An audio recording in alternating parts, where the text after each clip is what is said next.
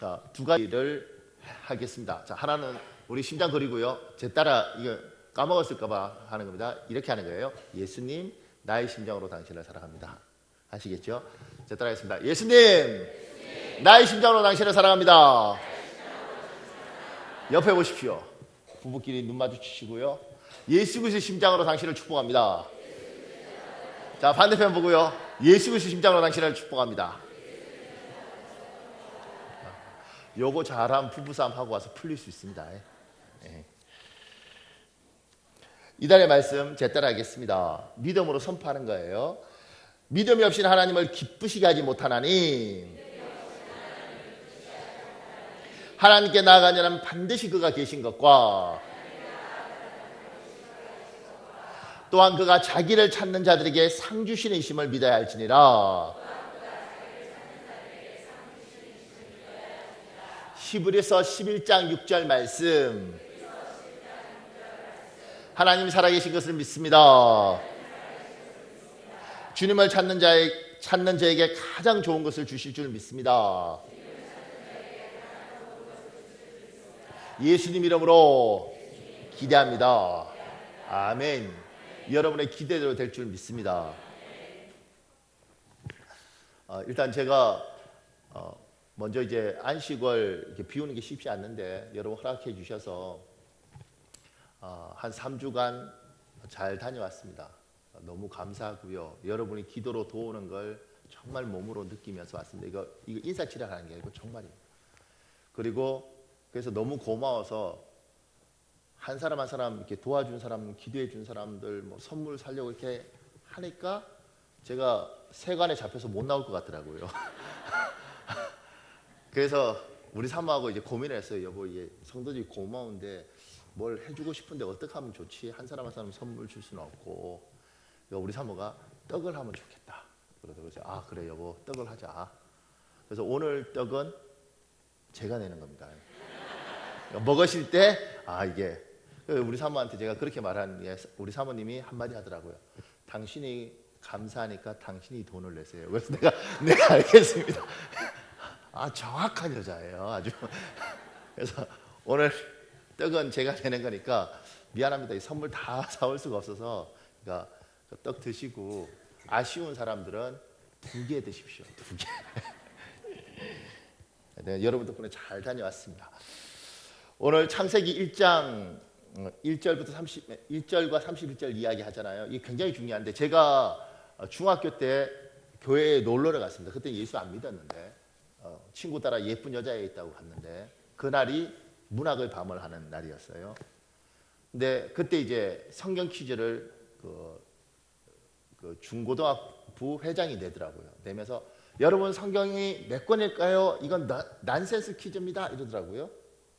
그러면서 애들 중에 하나가 손을 들면 한 권이요. 그러니까 맞습니다. 그리고 상품을 주고 애들이 막 웃더라고요. 그럼 저는 도저히 이해가 안 갔어요. 성경이 한 권인데 이거 갖고 무슨 이렇게 생각했어요. 잠깐 여러분 표정도 한 권 아닌가? 여러분 사랑합니다.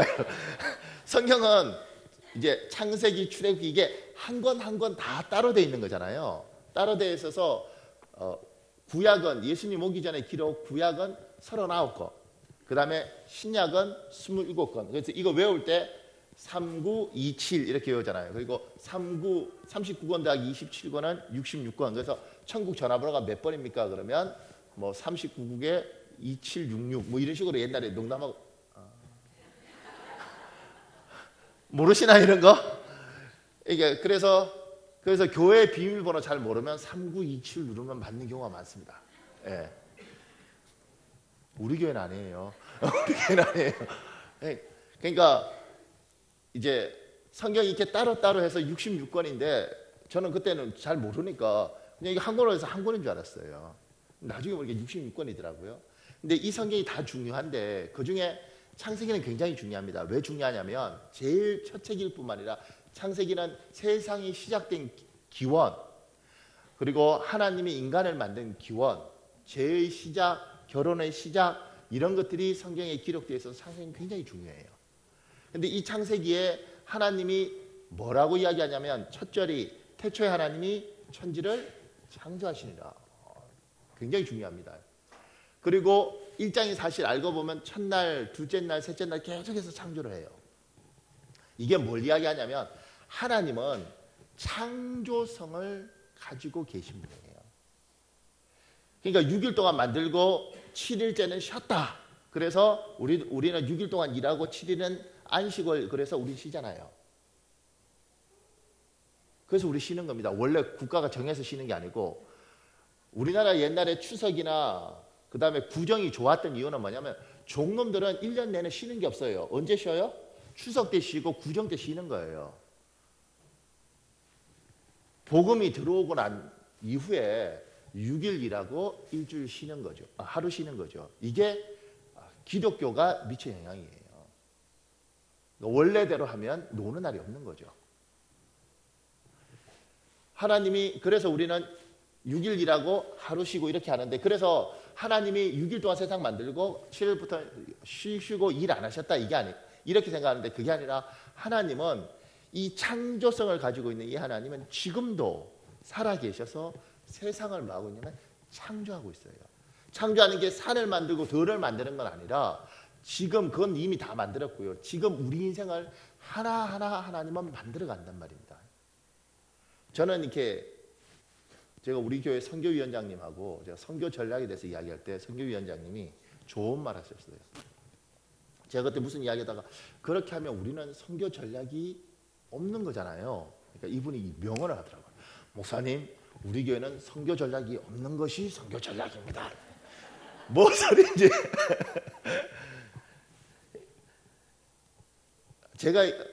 저는 사실 이렇게 계획적인 사람이 아니라서 이 계획을 잘 못 짜요. 그런데 이런 여행을 가든 아니면 안식월을 가든 뭘 하면 그게 어설픈 거죠. 어설프니까 기도를 합니다. 하나님이 일하십시오.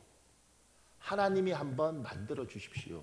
하나님이 이것들을 한번 창조해 주십시오. 이렇게 하면 어설프게 계획하고 갔는데요. 놀라운 일들을 하나님이 하세요. 이게 그 톱니바퀴 이렇게 탁탁 물려가는 것처럼 하나님이 그렇게 일을 해요. 그걸 겪어본 사람들은 아는 거고요. 세상 사람들은 우연이고 재수인데 우리는 이렇게 인도하심이 이렇게 느낀다고요. 제가요 2년 전에 태국에 세미나 갔다가 그때 선교사님 한 분 봤어요.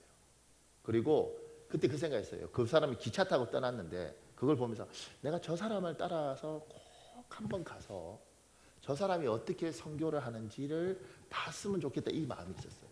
근데 그때는 못 따라갔단 말이에요. 이번에 그 사람한테 이제 편지를 안 쓰고 기대를 했어요. 이 사람을 만나면 내가 꼭 그 사람이 태국 남쪽에서 일을 한다는데 내가 따라가서 꼭 보리라. 그리고 이제 미리 연락 안 하고 가서 얼굴 보니까 얼굴 보고 인사하고 그 다음에 세미나 끝날 때쯤에 따라가겠다 이렇게 생각을 했어요. 그리고 이제 그 기대를 하고 갔는데 세미나를 일주일 할 때 이분이 이제 자기소개를 하면서 제가 뭐 태국에 와서 그 20년 동안 푸켓 이쪽에서 여러 가지 일을 하고 이번에 그 사역을 다 후배들한테 물려주고 그리고 방콕으로 왔습니다. 내가 분명히 저 사람 따라서 내가 남쪽 가서 돌겠다고 생각했는데 다 정리하고 왔습니다. 몽해지더라고요. 나 어떡해? 그래서 세미나가 끝나고 이분한테 이야기했어요. 나 당신 따르고 오고 싶었는데 당신 이러면 어떡하냐. 그러니까 그분이 그러더라고요. 내가 지금 사실은 지금 태국 목회자들이 신학을 했는데 성경을 제대로 배우지 못한 성경 공부는 계속 해야 되니까 그게 부족해서 목사님 내가 지금 그 신학교를 세울 생각이 있는데 그것 때문에 따라야 되니까 내하고 같이 다닙시다. 그래서 내가 한국 오는 날까지 그 사람하고 그 회의하다 왔어요.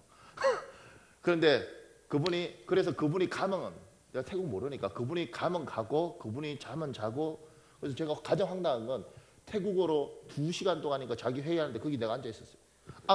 뭐 이러고 이야기하는데 내가 뭔 말인지도 모르고 내가 왜 거기 앉아 있어요? 내가. 그러면서 하나님이 저한테요 끌고 다니시는 거예요. 하나님이 제 인생을 하나님 그냥 돌아가신 분이 아니에요. 하나님은 살아계신 분이고 그분은 지금도 인생을 만들어 가더라고요. 저한테 이번 태국 가서 많은 걸 생각했는데 두 가지를 봤어요. 보세요. 제가 이분 만났어요. 근데 이분이 학교 때문에 꼭 만나야 될 사람이 있대요. 교단끼리 연합해야 되니까. 그리고 저를 데리고 어떤 선교사님한테 갔는데 가서 보니까 내가 아는 사람이에요. 왜 아느냐면 제가 신학대학원 들어갔을 때 그때 96년인데 96년 들어갔을 때 그 다음에 97년도에 신입생을 280명인가 대학원생을 뽑았어요. 그러니까 280명을 뽑았는데 이 사람이 그때 학생이었어요. 그러니까 내가 280명 어떻게 알겠어요? 후배들이지만.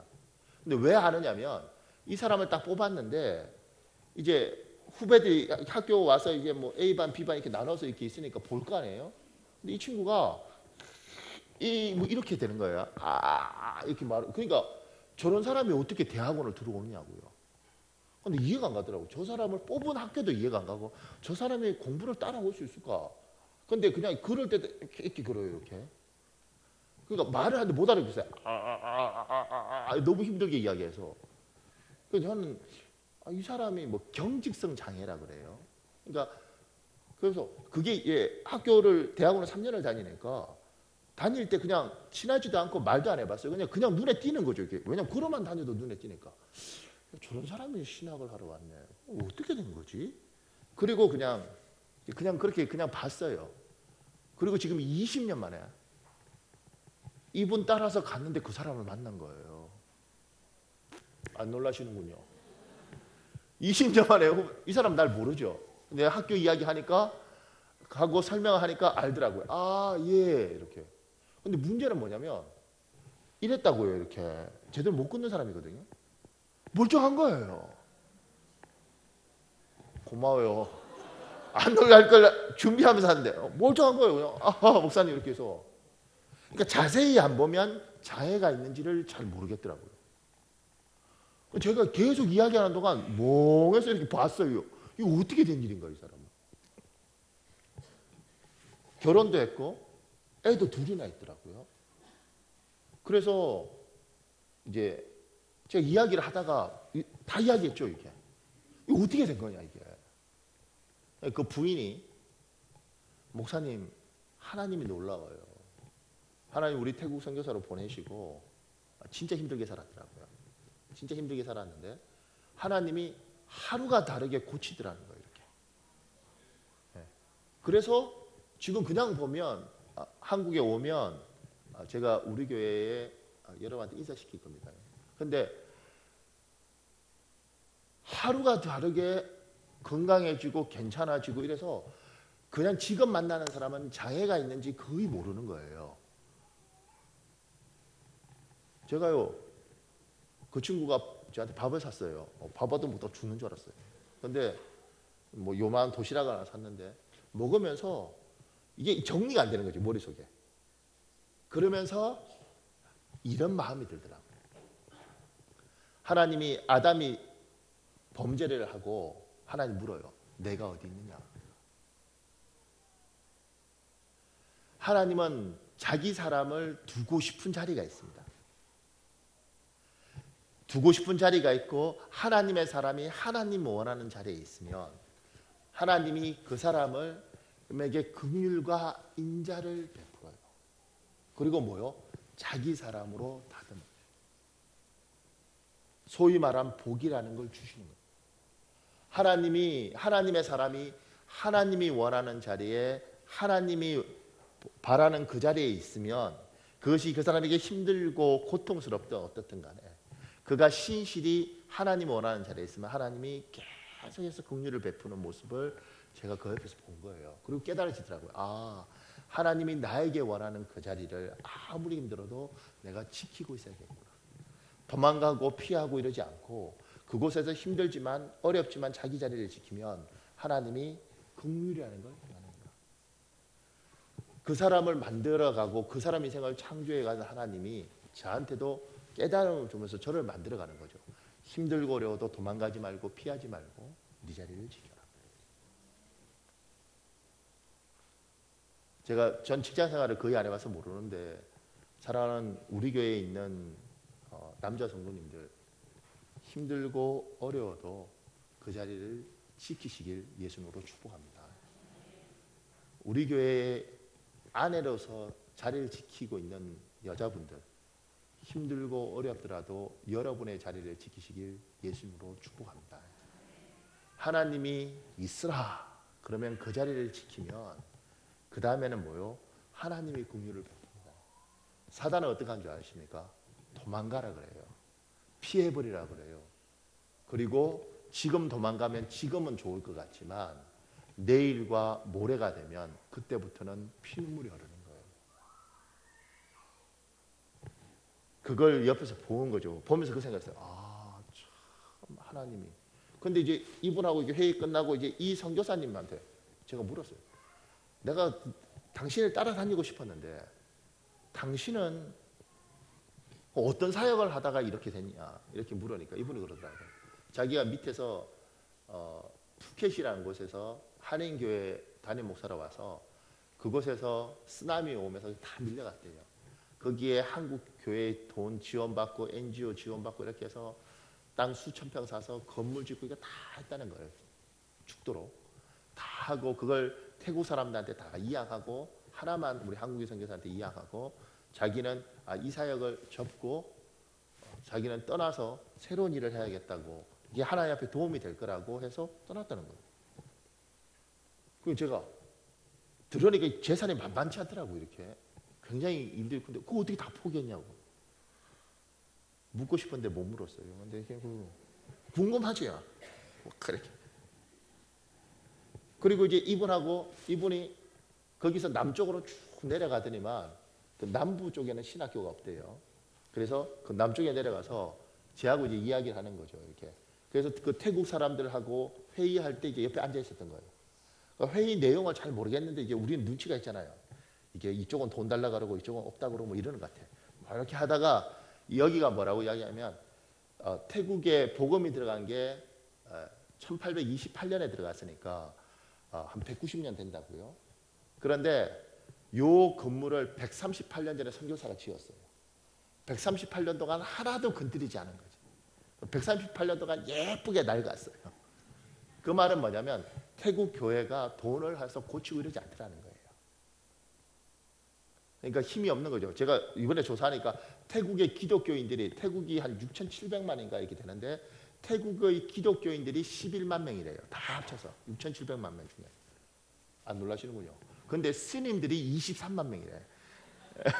그건 놀라시는군요. 그러니까 스님들 숫자가 태국 기독교인 숫자보다 많은 거예요. 그 이 11만 명이 흩어져 사는 거잖아요. 그러니까 이 사람들이 힘이 없는 거예요. 그리고 바깥에서 도와주길 바라고. 그 사람들이 그런 거죠.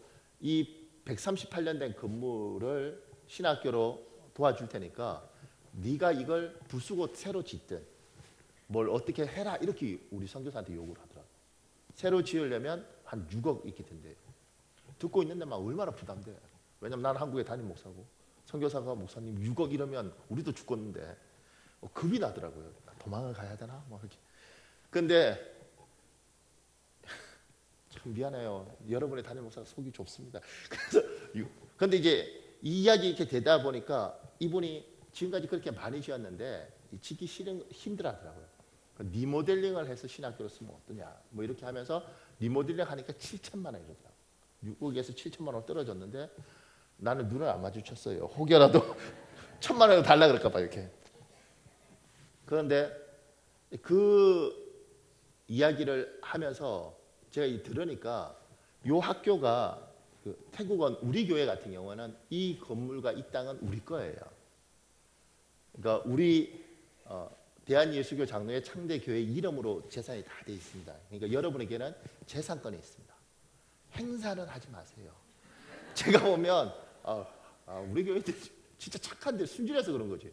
새신자가 이렇게 예배당에 이렇게 앉아 있으면 이 사람이 와서 여기 앉았구나 그러고 그냥 뒤에 앉으면 되는데 기어이 가서 제 자리인데요. 옆으로 밀어. 그런 사람이 옛날에 있었어요. 그런데 재산권을 행사하면 안 되는 거예요. 근데 여기는 우리 교회 그지만 우리 말고 한국 교회도 교회가 하면 이 총회라는 곳에 이 재산을 다 집어넣습니다. 그러면 재산권이 우리가 가지게 아니라 총회가 갖고 있는 거예요. 근데 태국의 모든 교회는 이렇게 돼 있더라고요, 구조가. 그러니까 이 사람이 지금까지 한국에서 그 많은 돈을 들여서 건물 지으면 다 들어가는 거예요. 이번에 이것도 태국에서 지어주면 아니면 리모델링 해주면 이게 다 들어가는 거예요. 제가 이제 그걸 들으니까 아깝잖아요. 왜냐면 이 사람들을 어떻게 믿고. 근데 이분이 이제 그 이야기를 다 듣고 7천만 원 이야기를 하고 그걸 줄이면 한 5천만 원 좀 될 거라고 생각을 하는 것 같아요. 그래서 그걸 지을 생각을 하더라고요. 내가 목사님 그렇게 하면 아깝지 않냐고. 근데 이 사람이 하나님을 일을 위해서 어떻게 하겠어요? 그래서 뭐 5천만 원 있습니까? 없다 그러더라고요. 내가 미쳤지 왜 물었을까? 그런 거 물으면 안 되잖아요. 그런 값 때려야 되는데. 그리고 이제 다음 날 이 사람은 돈 걱정을 안 하는데 나는 돈 걱정을 하더라고요. 목사님 그 돈 어떻게 되겠죠? 그런데 그 다음 날 이분이 목사님 5천만 원 생겼대. 내가 5천만 원이 어쨌든 없던 5천만 원이 오늘 어떻게 생겼어요? 그러니까 예, 저희 어머님이 집을 팔았는데 팔고 5천만 원을 하나님을 위하여 헌신해야겠다. 이렇게 해서 5천만 원을 보내겠다 그랬대요. 안 놀라시는군요. 5천만 원에 5천만 원. 근데 그렇게 해서 그 5천만 원을 갖고 와서 이걸 지으려고 하는 거예요. 내가 지으면 목사님 것도 아니고 태국 교회께 되지 않느냐고. 그리고 당신들한테 있으면 심지어 나가라 그러면 나가야 되지 않냐고. 그렇다 그래요. 왜 이걸 하려고 그러냐. 그래도 이게 필요하니까 해야 된다 이러더라고요. 이 사람이 그렇게 산 거예요, 지금까지. 그러니까 이제 나이 50이 넘었는데 걱정되잖아요. 이분이 어떻게 살려고 앞으로 저러나. 그러다가 이제 묻게 되더라고요. 왜냐면 자식들은 어떻게 됩니까? 그러니까 애가 둘이 있어요. 제가 신실하게 살면 하나님께 신실한 사람들 하나님이 여러 가지 방법으로 위로하는데 그 중에 하나가 자녀를 통해서 위로하는 방법이 있어요. 그래서 이 사람이 정말 신실한지 안 한지를 궁금했으니까 지금까지 보면 신실한 것 같아요. 그래서 애가 어떻게 됐습니까? 그러니까 큰애는 이제 한국에서 대학을 다닌대요. 그럼 이제 일단 삐딱하거든요. 왜냐하면 선교지에서 다니는 게 아니고 한국에 왔으면 돈이 있나? 이렇게. 그래서 뭘 전공합니까? 그러니까 음대에 갔습니다. 이게 혹시 한국에서 돈 받아서 챙겨서 그런 선교사들도 있다 그러니까 보게 되는 거죠. 어디 음대를? 서울대 음대를 갔대요. 더 삐딱하게 보더라고요. 서울대 음대를 가려면 지금까지 굉장히 귀했는데 어떻게 갔습니까? 왜냐하면 서울대 음대 들어가기 굉장히 어렵잖아요. 그리고 서울대 음대 들어가려면 서울대 교수한테 레슨을 받아야 하는데 레슨비가 뭐 한두 푼도 아니에요. 그러니까 우리 애가 노래 부르는 걸 좋아해서 단기 선교팀이 오면 늘 따라다니고 불렀대요. 그런데 대학은 한국으로 가고 싶어서 한국에 대학을 가려고 하면서 성악을 하고 싶어서 한 3개월 아는 사람한테 조금 도움 받아서 부르더니만 서울대를 갔대요. 그러니까 예중 예고 나와서 서울대 교수한테 레슨 받아서 못 들어가는 건 돌대가리인 거예요. 그러니까 이게 미안합니다. 3개월만 들어갔대요. 그래서 나중에 제가 들으니까 그 엄마가 이제 음악을 하는 사람이더라고요. 성가대 지휘자인데 어머니하고 인터넷 통신을 하더라고요. 그러면서 뭘 하냐면 시창, 청음 이런 걸 엄마가 이제 설명하는 거예요. 그러니까 모든 학생들은 다 배우고 들어온 걸 얘는 한 번도 배워본 적이 없으니까 제가 그때 배운 거죠. 아, 하나님 앞에 참 신실하게 살아가는 사람에게 꼭 이것만 복이냐 이렇게 말하면 좀 문제가 있겠지만 하나님이 이렇게 긍휼을 베푸는구나. 하나님이 이렇게 위로를 해주는구나. 자녀를 통해서. 그걸 옆에서 보면서 이제 하나님이 하나님의 사람들의 인생을 창조해가고 그걸 저에게 보게 하시면서 아, 하나님은 이렇게 일을 하시는 하나님이구나. 이 생각을 하게 되더라고요. 그래서 이번에 가서 굉장히 많은 생각을 했습니다. 그들의 삶을 보면서도 생각을 많이 하고. 사랑하는 여러분, 하나님은 이 세상을 만드시고 살아계시고 지금도 세상을 만들어 가시는데 여러분의 인생을 창조해 가시는 하나님이십니다. 아멘. 여러분의 눈이 열려서 여러분의 인생을 창조해 가는 그 하나님을 볼 수 있기를 예수님으로 축복합니다. 야구를 제가 잘 모르는데 야구에서 굉장히 중요한 건, 타자한테 중요한 건 투수가 공을 던지면 이 공을 볼 수 있는 눈이에요. 봐야 칠 거 아닙니까? 정확하게 공을 볼 수 있는 빠른 감각과 눈이 있어야 되는 거예요. 축구에 홍명보라는 선수가 유명했던 건 축구판 전체를 보는 눈이 있었어요. 어디에 공을 줘야 되는지를 정확히 아는 거죠. 축구 전체를 보니까 공만 보는 게 아니고 하나님이 우리에게 눈을 주셨어요. 영적인 눈을 주셨고 이 영적인 눈은 하나님이 우리 인생을 만들어 가시고 창조해 가는 걸 보라고 주셨어요. 하나님은 살아계셔서 지금도 여러분의 인생을, 제 인생을 창조해 가시는데 그걸 볼 수 있는 눈이 있길 예수님으로 축복합니다. 제가 아쉬운 건 저도 똑같은 잘못을 하는데요. 하나님은 하나님의 형상으로 우리를 만드셨습니다. 창세기 1장 27절 있습니다. 여러분이 읽어보실래요? 창세기 1장 27절 시작.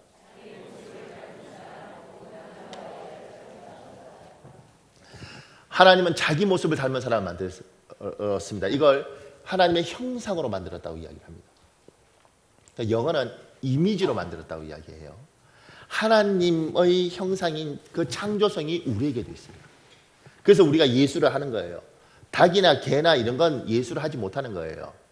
닭이 새벽에 울 때마다 목청을 가다듬고 내일은 더 잘 울어야지, 내일은 복식호흡하면서 울어야지 이러지 않습니다. 닭은 그냥 우는 겁니다. 사람은 달라요. 사람은 끊임없이 발전하고 생각하고 만들 수 있는 창조성 자체를, 하나님이 가지고 있는 그 창조성을 하나님 형상으로 만들기 때문에 우리한테 주셨단 말입니다. 그래서 우리는 고민할 수 있습니다. 어떻게 살지? 뭘 하지? 근데 이게 문제인 거예요. 제가 이번에 떠나 있으면서 이런 생각을 했어요. 앞으로 우리 교회가 어떻게 가야 되나? 앞으로 우리 성도들이 어떻게 해야지 더 행복할 수 있을까? 앞으로 교회를 어떻게 이끌어가는 것이 더 좋은가? 이런 고민을 계속 한 2주 이상 했어요. 하면서 굉장히 힘들더라고요. 왜냐하면 앞으로 일어날 일들을 모르는 가운데 내가 이걸 설계하려니까 얼마나 힘들겠어요. 그렇게 고민하고 생각을 하다가 어떤 생각이 드느냐면 하나님이 이런 마음을 주시는 것 같아요. 참 너 웃긴다. 세상은 내가 만들어가는 것이고 세상은 내가 창조해가는 것이고 너의 인생의 주인도 나고 내가 너의 인생을 만들어가는 것인데 그러면 너는 내가 만드는 인생을 살피면서 따라오는 것이지 네가 주인이 아니지 않냐. 네가 주인이면 인생을 고민을 하고 새로운 거 내가 앞으로 직업을 뭘 갖지? 앞으로 내가 어떤 일을 하지? 이렇게 고민을 하는 것이고 그건 내가 고민하는 것이고 창조주인 내가 고민하는 것이고 너는 내가 만들어가는 것에 대해서 하나님이 어떻게 할 거지? 그럼 나는 어떻게 따라가지? 이렇게 가야 되지 않냐. 오늘 제가 잠언 19장 21절을 우리가 읽었지 않습니까? 여러분 잠언 19장 21절 여러분 읽어볼래요? 같이 읽겠습니다. 시작.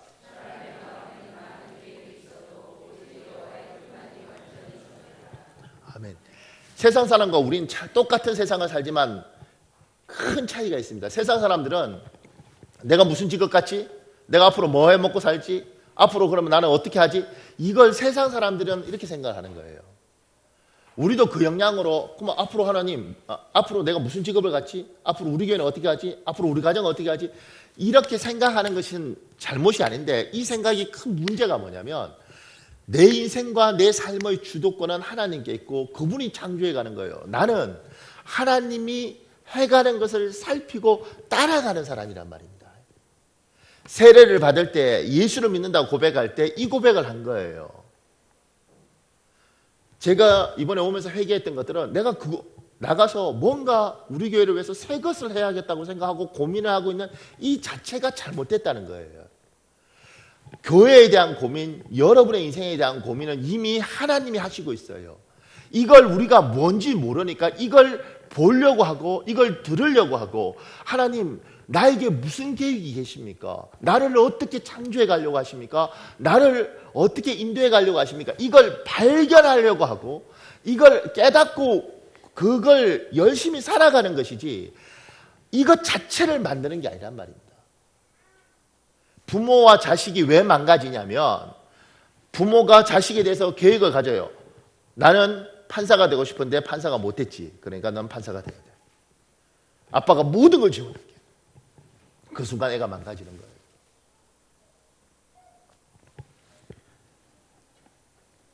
하나님의 사람들은 어떻게 키우냐면, 하나님, 이 아이가 태어났습니다. 이 아이에 대한 계획이 뭡니까?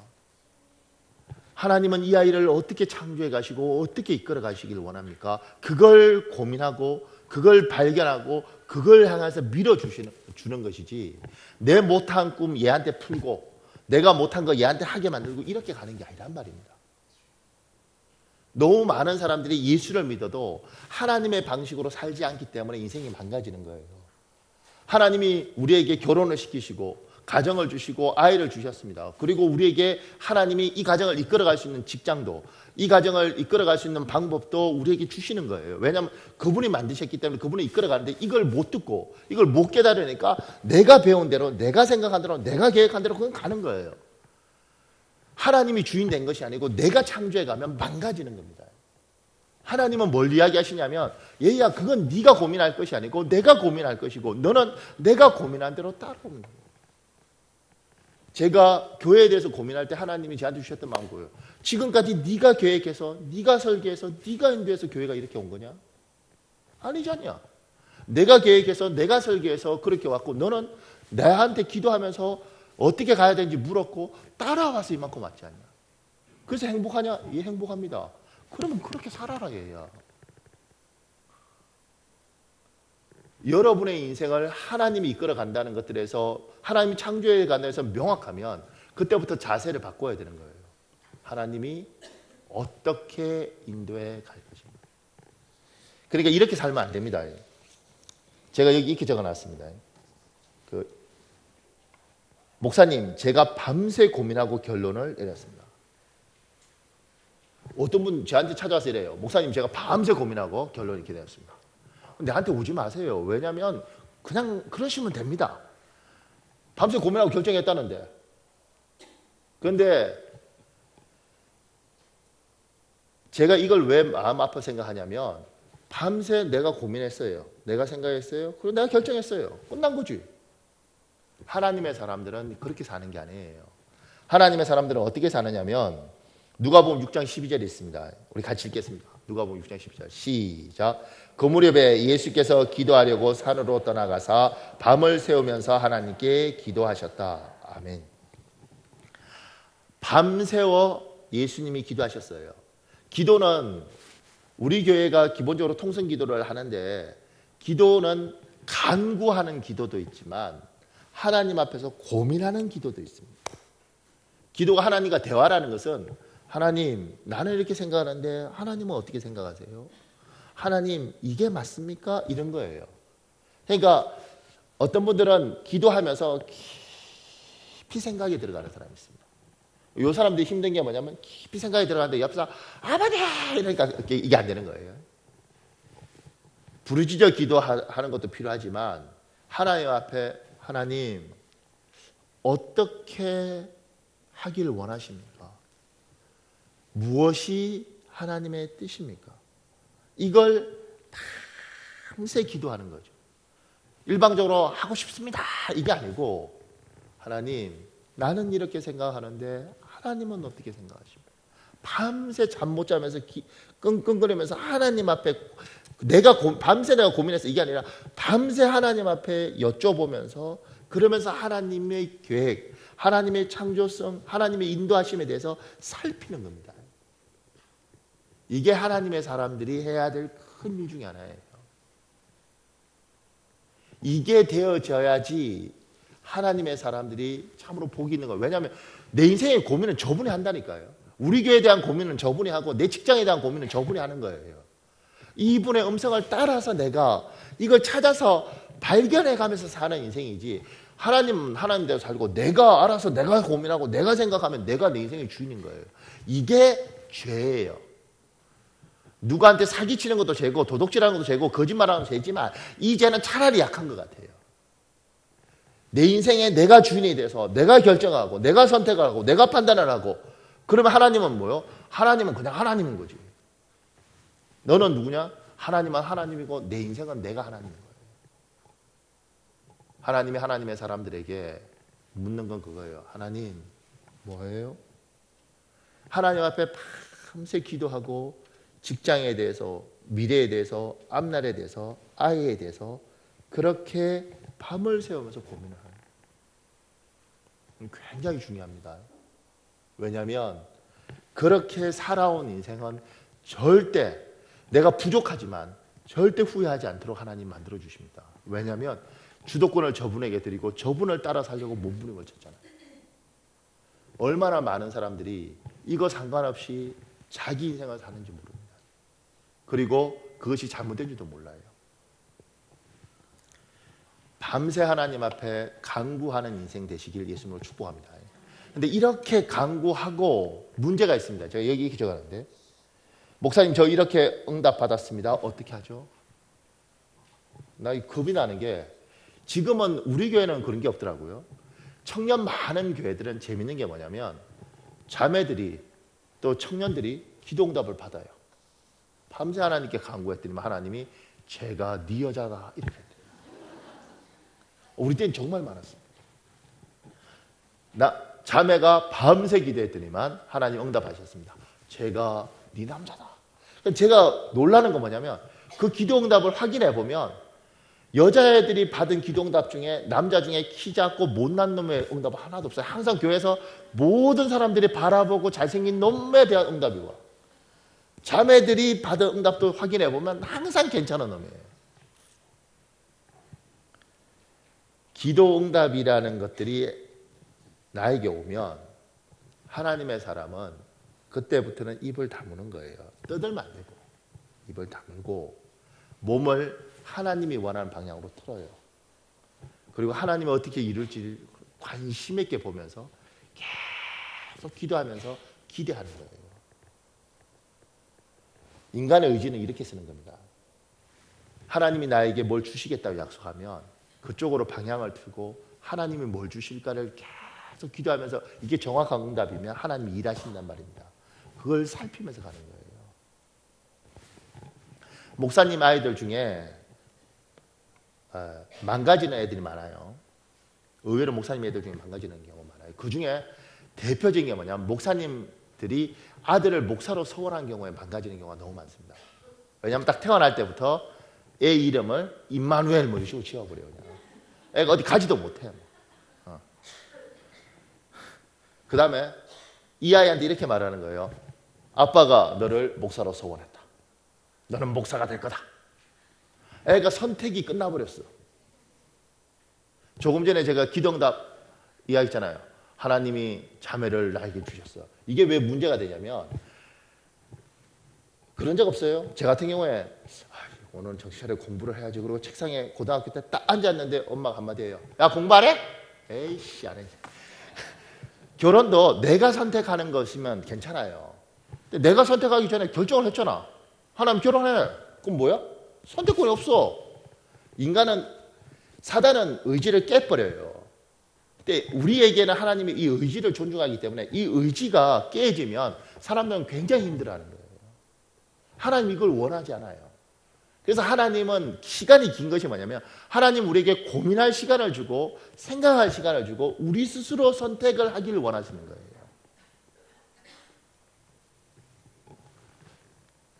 제가 목회하면서 여러분이 이제 여러 가지 교회인데 목사님 중에 아주 다혈질의 목사님들이 있습니다. 목사님들 중에 설교하시면서 여러분 성경에 깨어 기도하라고 그러셨습니다. 이따위로 기도해서 복 받을 것 같아요. 뭐 이런 분들이 있어요. 나도 하고 싶어 막.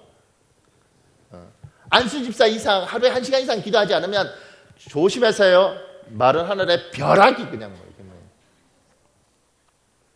그러고 싶어 그냥. 얼마나 좋겠어요. 공갈 협박에.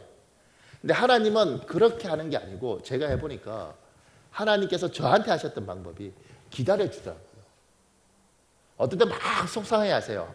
어이구 내가 뭐 그런데 기다려주세요. 그리고 어느 순간이가 우리가 하나님 미안해요. 내가 잘못했어요. 다시는 이러면 안 되는데 이때 하나님께서 그래 그랬으면 좋겠다 내가 이렇게 가더라고요. 굉장히 하나님이 인격적이세요.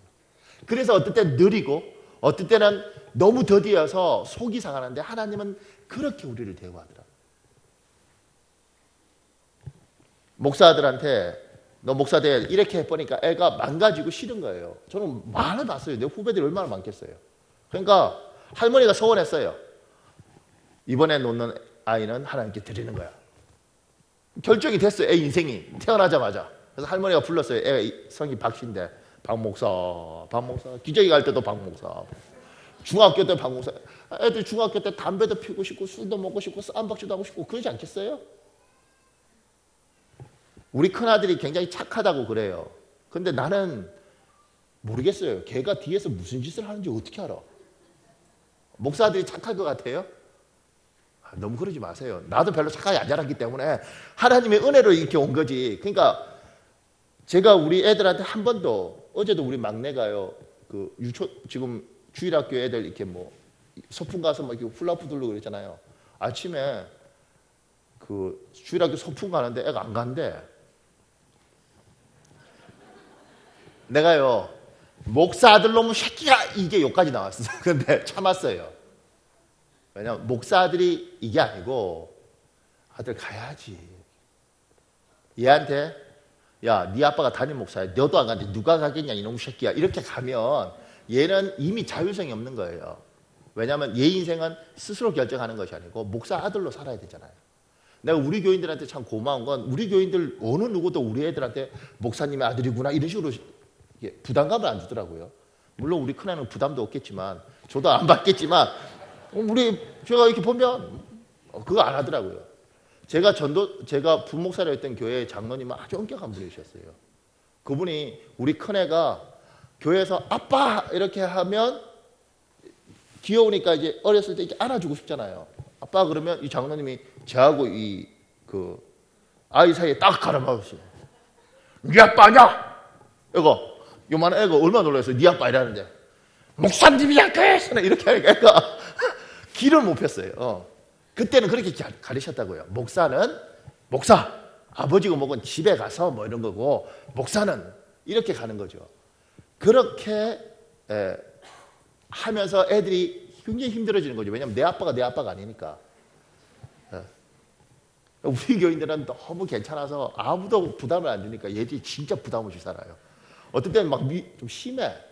근데 그래도 뭐라고 하지 않는 건 스스로 어느 날인가 얘들이 하나님을 만나고 아빠가 믿는 하나님, 할머니가 믿는 하나님, 엄마가 믿는 하나님, 이모부가 믿는 하나님, 이 하나님이 정말 살아계시구나. 그때까지 뭐요? 기다려줘야 되는 거죠. 그래 애가 안 망가진다고 생각을 하는 겁니다.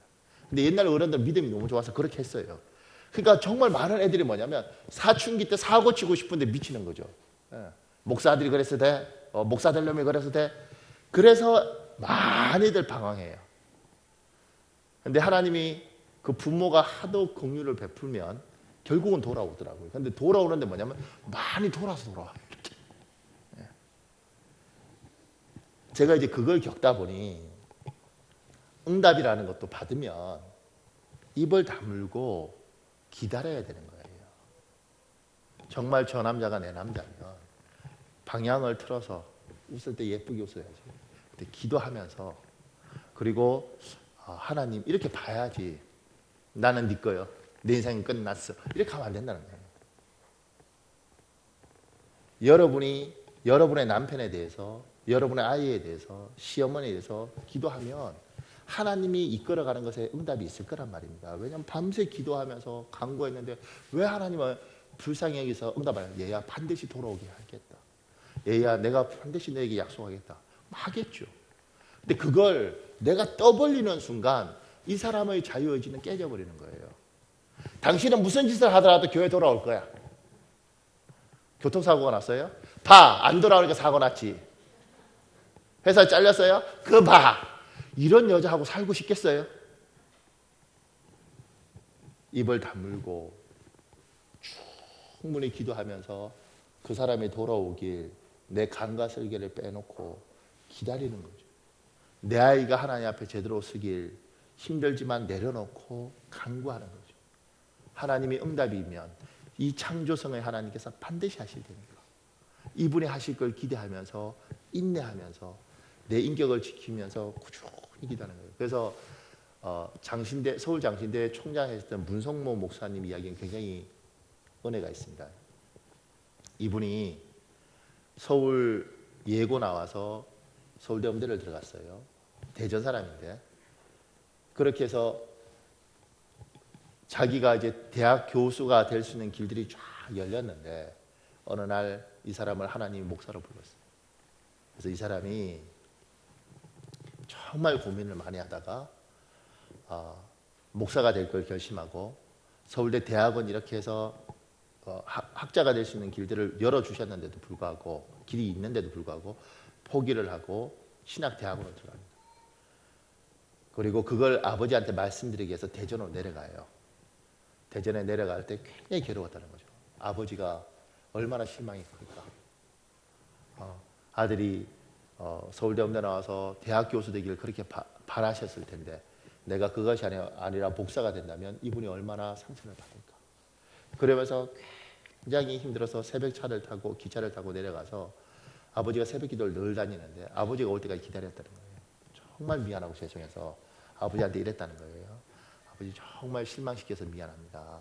하나님이 저를 목사로 부르셔서 제가 서울대 대학원에 가는 것이 아니고 제가 신학대학원에 갔습니다. 그 아버지가 손을 딱 잡고 눈물을 흘리면서 하나님 앞에 감사하더라는 거예요. 더 놀란 거죠. 왜 그러냐. 네 할아버지가 아빠가 목사 되기를 원했고 내가 정말 목사 될 그릇이 안 돼서 목사가 못 됐는데 나는 이 길을 안 가도 너만은 갔으면 좋겠다고 생각해서 내가 새벽 기도해서 20년 동안 기도를 했다. 나 한 번도 말 안 하는 거예요. 스스로 생각하고 스스로 판단하고 하나님의 창조성이 만들어갈 걸 믿고 20년 동안 하나도 말하지 않고 새벽에 20년 동안 기도하십니다. 그 20년 동안의 기도를 하나님이 이렇게 들어주셨다. 사랑하는 여러분, 하나님은 여러분의 인생과 제 인생을 창조해 가십니다. 그건 하나님이 해 가실 것이고 우리는 그 길들을 찾아가는 길. 이 찾아가는 우리 인생이 하나님 앞에 기도하다 보면 반드시 하나님이 우리에게 약속을 주시고 응답을 주십니다. 이 약속과 응답을 가슴에 깊이 품고 그리고 그 방향을 향하여 몸을 틀고 하나님 앞에 끊임없이 기도하면서 이걸 이루어 가실 하나님을 바라보면서 살아가는 거죠. 그 이야기를 듣고 떠들어 버리는 것이 아니고 그 이야기를 듣고 다 헤쳐버리는 것이 아니고 오늘 이 시간에 우리 찬양하고 기도할 텐데요. 하나님이 여러분에 대해서 어떤 계획이 있는지 그리고 하나님이 여러분에게 주신 약속이 있다면 하나님 내가 그 약속을 어떻게 해야지 이루어질 수 있는지 오늘 이 시간에 찬양하고 기도할 때 하나님의 성령께서 여러분에게 응답해 주실 것을 소망합니다. 시간 우리 찬양하고 기도하겠습니다.